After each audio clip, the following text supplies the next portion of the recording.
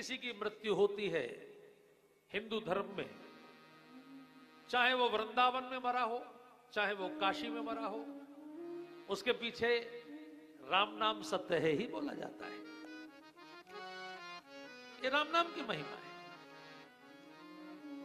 इसलिए राम के प्रति जो लगाव है, आपने देखा रामलला की स्थापना करते ही अगले दिन कितनी भारी भीड़, 5 लाख लोग एक साथ दर्शन को पहुंच गए, मना करने के बाद भी। राम के प्रति जो श्रद्धा है, भगवान शिव ने सुमिरन किया, सती समझ गई, जाकर प्रणाम किया। भगवान शिव ने देखा सूख कर कांटा हो गई थी, सोचा मैं इनको क्या दवाई दूं, क्या च्यवनप्राश दूं, कौन सा रसायन दूं। अच्छा, रोग का इलाज नहीं, रोग के कारण का इलाज किया जाता है। अगर कारण विद्यमान है, जब तक कारण का निवारण नहीं होगा तब तक रोग कैसे ठीक होगा। कारण है मन की टेंशन, इसलिए मन की टेंशन को दूर करने के लिए भगवान शिव ने सुंदर कथा सुनानी शुरू की। लगे कहन हरि कथा रसाला, लेकिन उसी समय पूरे कैलाश में घर घर घर घर इतने हेलीकॉप्टर। सती ने महादेव से पूछा, ये देवता कहां जा रहे हैं? वैसे आपकी जानकारी के लिए निवेदन कर दूं कि कैलाश पर कभी देवताओं के विमान उड़ते नहीं है, कभी सामान्य विमान भी नहीं उड़ते। पूरी दुनिया में इलेक्ट्रोमैग्नेटिक फील्ड के जो सबसे हाई डेंसिटी के क्षेत्र हैं, उनमें से एक कैलाश है। यानी चाइना की भी, चाइना के अंडर में आजकल है, चाइना की भी एयरफोर्स कैलाश के ऊपर होकर विमान नहीं उड़ाती। इतना सम्मान है। हम लोगों के यहां से जो लोग कैलाश यात्रा करने जाते हैं वो पैदल परिक्रमा करते हैं, लेकिन जो चीन से लोग आते हैं वो लेटकर परिक्रमा करते हैं, दंडौती परिक्रमा करते हैं। कैलाश के प्रति ये सम्मान है।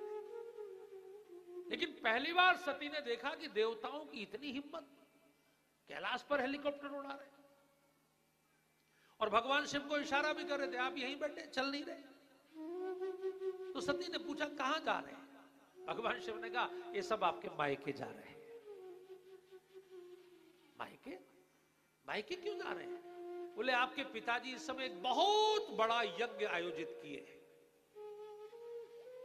वो इतना बड़ा यज्ञ है कि पृथ्वी पर आज तक इतना बड़ा यज्ञ नहीं हुआ। उसमें लगभग 76,000 के लगभग ब्राह्मण आहुति बोलने के लिए बुलाए गए हैं। इतना बड़ा यज्ञ। आप बड़े से बड़े यज्ञ भी देखे होंगे, लक्ष्य चंडी भी करेंगे तो भी उसमें 4-5 हजार लोगों से हो जाता है। लेकिन वो कितना बड़ा यज्ञ रहा होगा। ये हरिद्वार में कनखल में उसका आयोजन था। सती ने कहा इतने बड़े यज्ञ में सब देवता जा रहे हैं, आप नहीं जाएंगे? बोले इसीलिए तो सारे देवता आए हमको चढ़ाने के लिए कि आपको नहीं बुलाया, देखिए हम जा रहे हैं। सती ने कहा मैं जाऊंगा। भगवान शिव ने कहा आप भी बच जाओ। वैसे पिता के घर, गुरु के घर, अपने मित्र के घर और अपने स्वामी के घर बिना बुलाए भी जाना चाहिए, नीति बोलती है। 4 जगह पर, 4 जगह से आपको बुलावे की प्रतीक्षा नहीं करनी चाहिए। पिता के घर से, गुरु के घर से, मित्र के घर से और अपने स्वामी के घर से। और इसमें 5वां और जोड़ लीजिए, भगवान का भी यदि कहीं कोई आयोजन हो उसमें भी बुलावे की प्रतीक्षा नहीं करनी चाहिए। उसमें बुलाया नहीं बुलाया, कार्ड मिला कि नहीं मिला, उसकी चिंता मत, पता लग गया उतना बहुत है। कम से कम उतना समय तो सार्थक हुआ। उतनी देर बैठे, सबसे पीछे भी बैठे तो परेशान मत होइए, क्योंकि जो सबसे, परमात्मा तो सबके लिए एक जैसे है। भगवान शिव ने मना किया, सती नहीं मानी। क्यों नहीं जाऊंगी? भगवान शिव ने कहा बुलावा नहीं आए। बोले इतनी दूर बर्फ में कौन निमंत्रण भेजेगा? तब भगवान शिव ने उनको घटना सुनाई पुरानी, और हम लोगों के लिए बड़ी शिक्षाप्रद घटना है।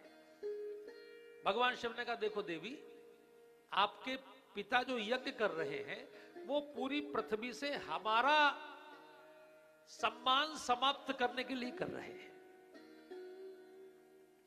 हमारी जो पूजा होती है पृथ्वी पर उसको बंद करना चाहते हैं। क्यों करना चाहते हैं, उसने पूछा। तो भगवान शिव ने बताया कि एक बार आपके पिताजी को ब्रह्मा जी ने प्रजापति घोषित कर दिया, मनोनीत कर दिया। मनोनीत समझते ना? मनोनीत माने जो अपने बल पर चुनाव लड़के ना जीता हो, बल्कि किसी की कृपा से बना दिया जाए। जैसे मोदी जी से पहले जो प्रधानमंत्री थे डॉक्टर मनमोहन सिंह जी, वो मनोनीत थे। वो कोई चुनाव नहीं जीत सकते थे, लेकिन उनको 2 बार राज्यसभा भेज के 2 बार वो देश के प्रधानमंत्री रहे। तो मनोनीत भी बहुत अच्छे लोग होते हैं, लेकिन मनोनीत के साथ एक समस्या होती है छोटी सी, कि उनके जो साथ के लोग होते हैं वो उनका उतना सम्मान नहीं करते, क्योंकि वो जानते हैं कि भाई ये तो कृपा से बने।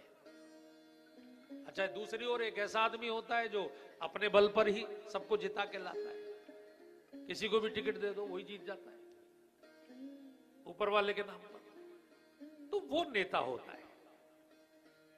अब ये दक्ष जो थे ये उस लायक तो नहीं थे, लेकिन ब्रह्मा जी ने कृपा करके इनको मनोनीत कर दिया। अब इनको अहंकार हो गया, लेकिन कोई इनका सम्मान करता नहीं था, ना इंद्र, ना यम, ना वरुण, ना पवन, ना अग्नि। तो इन्होंने ब्रह्मा जी से कहा कि आपने हमको बना तो दिया, कोई सम्मान तो है नहीं। तो ब्रह्मा जी ने कहा कोई बात नहीं, हम अपनी कोठी पर एक डिनर का आयोजन करेंगे, उसमें सारे मुख्य मुख्य देवताओं को बुलाएंगे, सब आपके सम्मान में भाषण करेंगे, आपका सम्मान शुरू हो जाएगा। तो ब्रह्मा जी के यहां वो सभा हुई और उसमें सारे प्रमुख प्रमुख देवता बुलाए गए। अच्छा, कोई आपसे पूछे कि आपके देवता कितने हैं, तो कितने बताओगे? कोई आपसे पूछे कि भाई सनातन धर्म में, आपके हिंदू धर्म में 33 करोड़ देवता माने जाते हैं, क्या ये सत्य है? तो इसमें से कई लोगों की बुद्धि घूम जाएगी, वो कहेंगे नहीं नहीं ऐसा नहीं, वैसा नहीं। आप कहिए 33 करोड़ ही हैं, बल्कि 33 करोड़ की फिगर तो पुरानी थी, हो सकता है वो और बढ़ गए हो, क्योंकि नए नए डिपार्टमेंट हो गए ना। अब जीएसटी भी हो गया, इनकम टैक्स भी हो गया, आईटी डिपार्टमेंट अलग हो गया, तो हो सकता है और देवता बढ़ गए हो।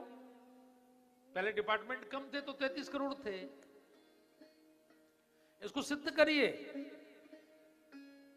140 करोड़ की आबादी का भारत देश है, इसको चलाने में कितने लोग लगते हैं, कभी सोचा आपने? बैंक के कर्मचारी गिनो कितने? देश में 7 लाख गांव हैं, शहरों में, गांव में, सब में मिला के बैंकों की कम से कम 10 लाख ब्रांच होंगी। एक ब्रांच में अगर 5 भी कर्मचारी हैं तो 50 लाख लोग हो गए कि नहीं? कितने थाने हैं, कितनी पुलिस है, कितने अर्धसैनिक बल हैं, कितनी सेना है, कितने पटवारी हैं, हर डिपार्टमेंट के लोग जोड़। शिक्षक कितने? भले ही पढ़ने आ रहे हो 20 बालक, लेकिन स्कूल में 5 शिक्षक हैं। वो तो, ये तो मैं सरकारी सिस्टम की बात कर रहा हूं, प्राइवेट सिस्टम तो इससे और 100 गुना है। तो 140 करोड़ की आबादी को चलाने में जब 4-5 करोड़ लोग लगते हैं, तो परमात्मा को केवल मनुष्यों को तो चलाना नहीं है, उनको तो चींटी से हाथी तक पूरी सृष्टि, पूरा सागर, पूरा ब्रह्मांड। इसलिए अगर पूरे संसार को, पूरे ब्रह्मांड को वो कुल 33 करोड़ से चला रहे हैं, तो उनके लिए तो आपको ताली बजानी पड़ेगी, क्योंकि मिनिमम गवर्नमेंट है उनकी, तो मिनिमम गवर्नमेंट है और मैक्सिमम गवर्नेंस है। अच्छा, मान लीजिए कोई कहीं मरता है, मान लो गाजियाबाद के किसी सेक्टर में किसी की मृत्यु हुई, तो आप क्या समझ रहे हैं यमराज लेने आएंगे? नहीं, यमराज तो कैबिनेट मिनिस्टर हैं, उनके हर महाद्वीप के इंचार्ज होंगे, उनके हर देश के इंचार्ज होंगे, उनके हर जिले का कलेक्टर होगा, उनके हर थाने का इंचार्ज होगा, वहां के यमदूत फिक्स होंगे। भाई इस थाने में किसी की मृत्यु होगी तो तुम लेके आओगे, तो मृत्यु का डिपार्टमेंट अलग होगा, जन्म का डिपार्टमेंट अलग होगा। ये जो 33 नाम है, 33 कैबिनेट मिनिस्टर है, जैसे निर्मला सीतारमण है तो सारे बैंक कर्मचारी उनके अधीन है, राजनाथ सिंह जी है तो सारे सैनिक उनके अधीन है। तो वो मुख्य मुख्य देवताओं की मीटिंग थी और महादेव का सोफा मंच पे डाला गया था। नेता को लेट आने की आदत होती है, वो लेट आए। महाराज दक्ष, सारे देवताओं ने उठकर उनका स्वागत किया, लेकिन भगवान शिव की तब तक समाधि लग चुकी थी। वो अपना माला जप रहे थे, समाधि में थे। तो उनके जो दक्ष के साथ जो दो चार उनके हर नेता के साथ दो चार होते ना, आपने देखे होंगे, उन्होंने चढ़ा दिया कि देखो महाराज, ये आपको आपका दामाद ही रेस्पॉन्स नहीं कर रहा, बाकी सब आपका सम्मान। लगता है विद्रोही गुट के नेता यही है। बस दक्ष को क्रोध आ गया। अच्छा, जो जन नेता नहीं होता वो समझता भी नहीं है। जन नेता जो समाज में से ऊपर जाता है, वो समाज की सारी मानसिकता को समझता है। बस ऊपर जाते ही उसने माइक पकड़ा और भगवान शिव को गालियां देनी शुरू की। देवताओं, ऐसे व्यक्ति को किसने बुलाया जिसको कपड़े पहनने की तमीज नहीं है? ये दिखाई नहीं पड़ता मेरा दामाद ये चिता की भस्म पहनकर आया है? ऐसे सभ्य समाज में भूत प्रेतों को संग लेके डोलने वाला, और मैं ऐसा और ये ऐसा, मैं ऐसा और ये ऐसा, भगवान शिव को लगातार गालियां बक रहा था। और भगवान शिव को देखिए, वो चुपचाप सुन रहे थे। वो सोच रहे थे कि यहां भी चलो भद्रा उतर रही है, कोई बात नहीं, ये भी कोई पुराना हिसाब किताब होगा। प्रसन्नानंदम नीलकंठम दयालम। लेकिन नंदी को सहन नहीं हुआ। जब बहुत देर हो गई उसे बकते बकते, तो नंदी ने खड़े होकर कहा, है दक्ष, बहुत देर से बक बक बक बक कर रहा है, मैं श्राप देता हूं कि तेरा मुख बकरे का हो जाएगा। जैसे नंदी ने श्राप दिया तो दक्ष की ओर से भृगु ऋषि खड़े हो गए। भृगु ने कहा, हे नंदी, ये ससुर और दामाद के बीच में तू क्यों बोला? मैं श्राप देता हूं कि शिव के जितने गण हैं सब पाखंडी हो जाए।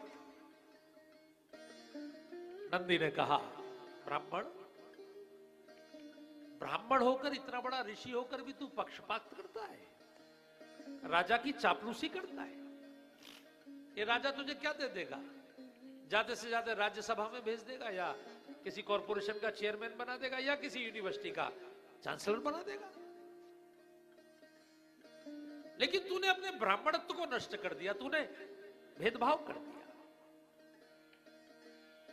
मैं श्राप देता हूं, दुनिया में जो भी ब्राह्मण चाटुकारिता करेगा भिखारी हो जाएगा। नंदी ने श्राप दिया। भगवान शिव ने सोचा कि यार, हम आए तो थे सम्मान समारोह में, यहां श्राप समारोह शुरू हो गया। ये तो सोच के नहीं आए थे ऐसा होगा। तो चुपचाप निकल गए, एक शब्द भी बोले नहीं। और आप जितने भी भगवान शिव के भक्त बैठे हैं, समझ लीजिए कि ब्राह्मण उसे कहते हैं जो ब्रह्म विद्या का धनी हो, जिसको ब्रह्म पर भरोसा हो। और वो भी अगर ऐसे चाटुकारिता करे, ऐसे पक्षपात, फिर काय का ज्ञान काय का हुआ फिर? और अपनी पत्नी को भी उन्होंने इस घटना का पता नहीं लगने दिया। अपने गणों को कहा, मैडम को पता नहीं लगना चाहिए, क्योंकि अगर मेरे ससुर की बुद्धि खराब हुई उसमें मेरी पत्नी का कोई दोष नहीं है। लेकिन आज जब सती अपने मायके जाने की जिद कर रही हैं, तो भगवान शिव को, सती को यह बताना पड़ा कि इस कारण से आपके पिताजी यज्ञ कर रहे हैं। मैंने तो भुला दिया उस घटना को, लेकिन आपके पिताजी नहीं भूले। उन्होंने सोचा कि मैं सत्ता में हूं तो इस समय इनकी पूजा बंद करवा दूं, इसलिए आप वहां मत जाइए। सती नहीं मानी तो भगवान शिव ने कहा फिर पूरे प्रोटोकॉल के साथ जाइए। और 4 नीली बत्ती की स्कॉर्पियो आगे, 4 नीली बत्ती की पीछे, बीच में लाल बत्ती की हूटर बजाती हुई सती की गाड़ी। लेकिन हुआ वही, वहां जाकर इतना अपमान हुआ। बहनों ने अपमान किया, पिता ने अपमान किया, केवल मां गले मिली। और पंडाल में जाकर देखा तो ना कहीं भगवान शिव का आसन, ना कहीं उनकी पूजा। एकदम ललकारा, हे देवता, हे सुनो सवास सकल मुनिंदा, कहीं सुनी खिन शंकर निंदा। सोपल तुरंत लहु सब काहू, भली बात पछताओ पिताऊ, भली बात पछताओ पिताऊ, भली बात पछताओ पिताऊ। एकदम सती ने ललकारा, जहां शिव की निंदा हो हरिहर निंदा सुनई जो काना होई पाप गौघात समाना। भगवान विष्णु और भगवान शिव की निंदा करने वाले को गौ हत्या के समान पाप लगता है। आप सुन रहे हो, करने वाले की जीभ काट देनी चाहिए और अगर सामर्थ्य ना हो तो वहां से चले जाना चाहिए। आप इसमें भाग ले रहे हो, इसलिए आप सबको इसका फल भोगना पड़ेगा। और ये जो मेरा पापी पिता है इसको बहुत पछताना पड़ेगा। मां ने घोषणा की और अपने गणों को आदेश दिया, इस यज्ञ को नष्ट कर दो। गण आगे बढ़े, लेकिन भृगु ऋषि इतने बड़े ऋषि हैं। मैं आपको ध्यान दिला दूं कि भगवत गीता में भगवान ने अपनी विभूतियां बताते हुए कहा, मैं मनुष्यों में राजा हूं, पशुओं में सिंह हूं, नदियों में गंगा, पर्वतों में हिमालय। अर्जुन ने पूछा, अब ऋषियों में कौन है? बोले ऋषियों में भृगु।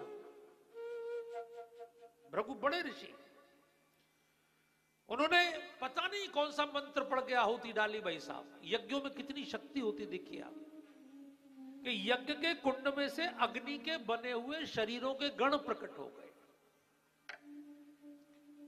और उन अग्नि के सैनिकों ने अपने हाथ में यज्ञ कुंड में से जलती हुई लकड़ियां निकाल के उन भूतों के शरीर पर धाड़ धाड़ मारना शुरू किया। सब भाग गए। अब सती अकेली रह गई। बड़े कॉन्फिडेंस से अपने मायके में आई थी, अपने मायके पर बड़ा भरोसा था। किसी भी लड़की को अपने मायके पर बहुत भरोसा होता है, लेकिन मायके से ही ऐसा व्यवहार हो गया तो डिप्रेशन में आ गई। उनको लगा कि मेरी बुद्धि कैसी हो गई है, और मेरी बुद्धि मेरे पिता ने मुझे दी है, क्योंकि मैं हर चीज में तर्क करती हूं। मेरे पति ने मुझसे कहा प्रणाम करो तो मैंने प्रणाम नहीं किया, ये भगवान नहीं है। अब मेरे पति ने कहा मायके मत जाओ, अपमान होगा, तो मैं उनकी बात नहीं मानी।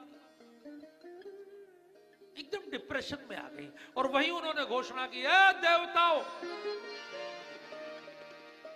ये मेरे पापी पिता ने जो मुझे शरीर दिया है, अब इसको धारण नहीं करो। अब मेरे आधार कार्ड पर डॉटर ऑफ दक्ष नहीं लिखा जाएगा।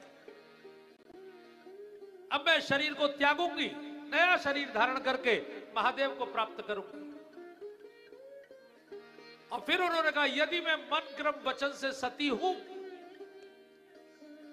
तो यहीं पर अग्निदेव प्रकट होकर मुझे ग्रहण करें। मां ने दाहिने पैर का अंगूठा वहीं पर जमीन पर रगड़ा, वहीं योगाग्नि प्रकट हो गई। और उसी योगाग्नि में मां अपने शरीर को धू धू करके जला रही थी। अस कही जोग अगिनतन जारा भय सकल मग हाहाकार, अस कही जोग अगिनतन जारा भय सकल मग हाहाकार, भय सकल मग हाहाकार, भय सकल मग हाहाकार। बोलिए सती मैया की जय। इस घटना का लाइव टेलीकास्ट श्री नारद जी ने अपने लैपटॉप पर भगवान शिव को दिखाया और भगवान शिव से कहा, महादेव, मां आपको कितना प्रेम करती है कि आपका अपमान सहन नहीं किया, उन्होंने अपने शरीर को जला रही है। महादेव को इतना क्रोध आ गया कि उन्होंने एक जटा उखाड़कर वहीं पटकी और उसी समय भूतों के राजा वीरभद्र प्रकट हो गए, जो कि बहुत बलशाली हैं। उन्होंने कहा, आदेश महादेव। महादेव ने कहा, दक्ष को मत छोड़ना, यज्ञ को विध्वंस करो, सबको दंड देना। वीरभद्र अपनी सेना लेकर दौड़े। कभी अगर आप ऋषिकेश जाएंगे तो ऋषिकेश के रास्ते में वीरभद्रेश्वर महादेव का मंदिर पड़ता है। हरिद्वार और ऋषिकेश के बीच में आईडीपीएल की जहां फैक्ट्री थी पहले, अभी जहां ऋषिकेश का एम्स बना है उसके पास ही है। कभी दर्शन करिए। रास्ते में जो पिटे हुए भूत लौट रहे थे, अपने राजा को देखकर उनमें दुगना जोश आ गया। चलो महाराज, बदला लेंगे। और आकर दक्ष के यज्ञ के मंडप को चारों ओर से घेर कर सबको बिल्कुल जड़ कर दिया। कोई हिलने लायक नहीं बचा। दक्ष की खोपड़ी को कंधे से उखाड़ दिया। काटा नहीं, ध्यान रखना, काटा नहीं। इतना बल है वीरभद्र में कि खोपड़ी को कंधे से उखाड़कर यज्ञ कुंड में सुहा कर दिया। अब जब मुख्य यजमान ही मारा गया तो यज्ञ कौन करेगा? उसके बाद भृगु ऋषि को पकड़ा। बोले ब्राह्मण क्या कर रहा था उस समय?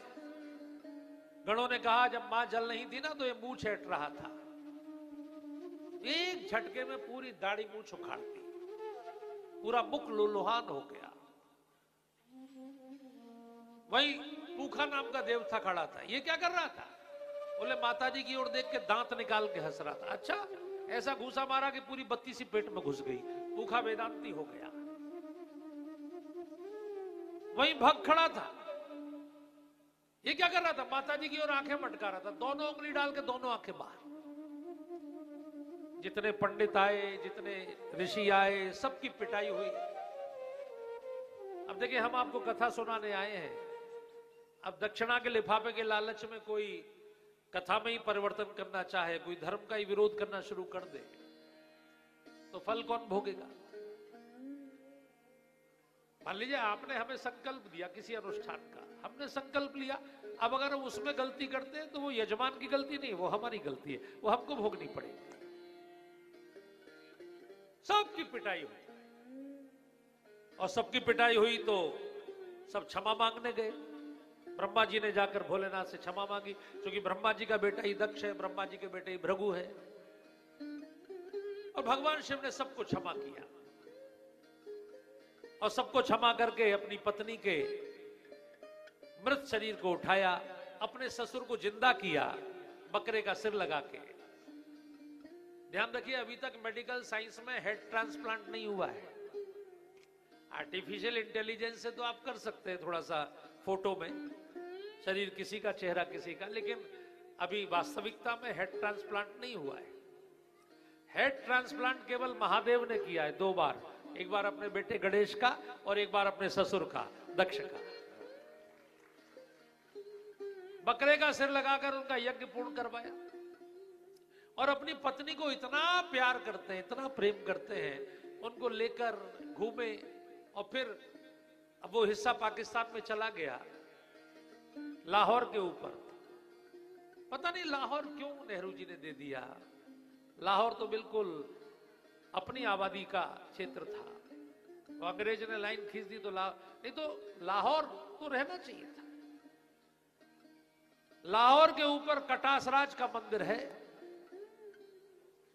भगवान शिव का बड़ा प्रसिद्ध मंदिर है। अभी भी वहां के प्रति इतनी श्रद्धा है कि अभी 3 साल पहले पाकिस्तान के चीफ जस्टिस ने पाकिस्तान सरकार को उस मंदिर का सरोवर भरने की आज्ञा दी थी। भारत से जो जत्था हर साल जाता है वो कटासराज का दर्शन अवश्य करते हैं। वहीं बैठकर भगवान शिव इतना रोए कि वहां के पूरे पहाड़ खारी नमक के हो गए। आजकल जो सेंधा नमक, जो लाहौरी नमक आप खाते हैं, और भगवान विष्णु ने अपने सुदर्शन चक्र से मां के शरीर के अंगों को अलग अलग स्थानों पर स्थापित किया, जो 52 शक्तिपीठ बने। सती माता भारत माता हो गई। भारत के प्रत्येक क्षेत्र में मां की शक्तिपीठ है। बोले सती मैया की जय। लेकिन ध्यान रखिए, जिस समय सती जल रही थी उस समय उन्होंने भगवान से एक वरदान मांगा। आज जिस समय आप ये कथा सुन रहे हैं, आज तृतीया की तिथि है, और तृतीया की तिथि गौरी की होती है, देवी की होती है।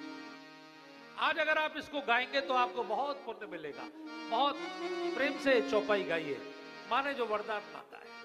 सती मरत हरिसन बर मांगा, सती मरत हरिसन बर मांगा, जन्म जन्म शिव पद अनुरागा, जन्म जन्म शिव पद अनुरागा, तेहि कारण हिमगिरि ग्रह जाई, तेहि कारण हिमगिरि ग्रह जाई, जनमी पार्वती तनु पाई, जनमी पार्वती तनु पाई,